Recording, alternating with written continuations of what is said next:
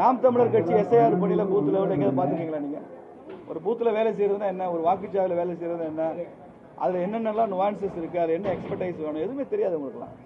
சும்மா சவடால் அடிச்சுட்டு போவோம். நாம் தமிழர் கட்சி ஒருங்கிணைப்பாளர் சீமான் குறித்து பாஜக ராமஸ்ரீனிவாசன் கடுமையாக விமர்சனம் செய்துள்ளார். பேசலை அப்படிங்கிறதுக்கு நீங்கள் விஜய் நீங்கள் பார்க்கறது கஷ்டம். அவர் பனையூர் பங்களா விட்டு வெளில வர மாட்டார்.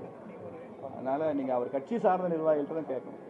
இல்லை, தமிழ்நாட்டில் இந்த வட்ட எலெக்ஷன் போட்டியை வந்து திமுக வெர்சஸ் தாவேக்கான்ற ஒரு இமேஜை தான் ப்ரொபகண்டா பண்ணி கொண்டு வர்றாரு விஜய். அந்த ப்ரொபகண்டா தான் அது.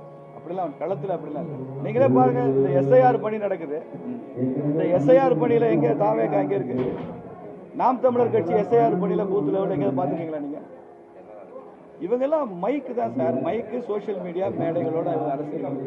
கீழே போய் வேலை செய்யறதுல இந்த கட்சிகளுக்கு பெரிய முனைப்பு இல்லை, கேடரும் இல்லை. கீழே ஒரு பூத்தில் வேலை செய்யறதுனா என்ன, ஒரு வாக்குச்சாவடியில் வேலை செய்யறது என்ன, அதில் என்னென்னலாம் நுவான்சஸ் இருக்குது, அது என்ன எக்ஸ்பர்டைஸ் வேணும், எதுவுமே தெரியாது உங்களுக்குலாம்.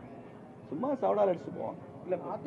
திமுக எங்களுக்கு தான் போட்டின்னு சொல்றது என்ன கஷ்டம்? 4 வார்த்தை தான் தொடர்ந்து வலியுறுத்தி அதுதான் சார். இதுவரைக்கும் தமிழ்நாட்டு அரசியலில் தேர்தலில் தனது செல்வாக்கை நிரூபிக்காத ஒரே கட்சி விஜய் கட்சி. நாம் தமிழர் கூட பல தேர்தலை சந்திச்சு அவங்க என்ன ஓட்டுன்னு நிரூபிச்சிருக்காங்க. எல்லா கட்சியும் நிரூபித்த கட்சிகள், கமலஹாசன் உட்பட, டிடிவி உட்பட. செய்திகளை உள்ளது உள்ளபடி தெரிந்து கொள்ள ரெஃப்ளெக்ட் நியூஸை சப்ஸ்கிரைப் பண்ணுங்க.